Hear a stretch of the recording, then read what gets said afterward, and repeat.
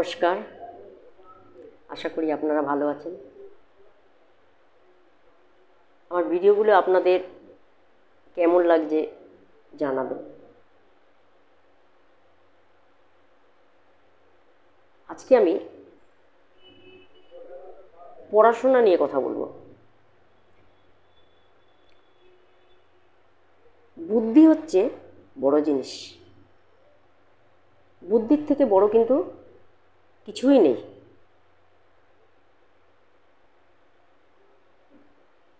বুধ যদি আপনার সন্তানের জন্মছকে চতুর্থ ঘরে থাকে, জন্মছকটা দেখে নিন। বুধ যদি আপনার বাচ্চার সন্তানের চতুর্থ ঘরে থাকে বৃহস্পতির নক্ষত্র নিয়ে, তাহলে কিন্তু আপনি নিশ্চিত হতে পারেন আপনার সন্তান প্রাথমিক শিক্ষায় খুব ভালোভাবে করতে পারবে, প্রাথমিক শিক্ষায় ভালো রেজাল্ট করবে।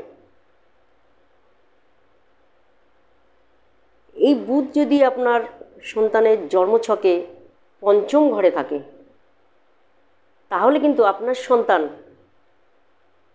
মধ্যশিক্ষায় সাকসেস পাবে। সেটা কিন্তু বৃহস্পতির নক্ষত্র নিয়ে থাকতে হবে।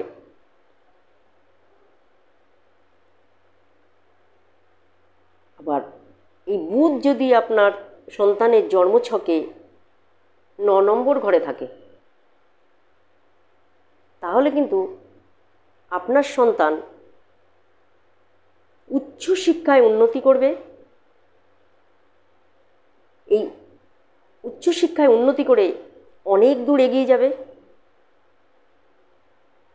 আর এই উচ্চশিক্ষায় সে কিন্তু অর্থ উপার্জন করবে, সম্মানের সহিত সে কিন্তু অর্থ উপার্জন করবে। আর এই নবম ঘরে বৃহস্পতি যদি বৃহস্পতির নক্ষত্র নিয়ে বসে থাকে, সে কিন্তু উচ্চশিক্ষায় কিন্তু সে ভাগ্যও তৈরি করে নেবে। সে নিজেই ভাগ্য তৈরি করে নেবে, কাউকে তার হেল্প করতে হবে না। তার শিক্ষার যোগ্যতার থেকেই সে কিন্তু তার ভাগ্যের জায়গাটা সে কিন্তু তৈরি করে নেবে। তার জন্মছকটা একবার দেখে নিন, বুধ কোথায় বসে আছে। যদি বুধ সঠিক জায়গায় বসে না থাকে, সেই বুধ যদি অষ্টম ঘরে চলে যায়, সেই বুধ যদি ষষ্ঠ ঘরে চলে যায়, সে কিন্তু অর্থ উপার্জন করতে পারবে না শিক্ষার থেকে।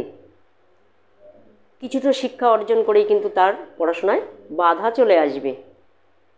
এটা আপনারা জন্মছকটা একবার দেখে নিন। প্রত্যেক বাবা মাকে বলবো, জন্মছক দেখে নিন। প্রাথমিক শিক্ষা, মধ্যশিক্ষা, উচ্চশিক্ষা তিনটেই যাতে সম্পূর্ণ করতে পারে, তার জন্যে একবার জন্মছকটা দেখে নিন। প্রয়োজন পড়লে কাউকে দেখিয়ে নিন, দেখে কিছু একটু জ্যোতিষীর হেল্প নিয়ে নিন। আপনার সন্তান কিন্তু সুশিক্ষায় শিক্ষিত হতে পারবে, আমি তো কথা দিচ্ছি। নমস্কার, ভালো থাকবেন।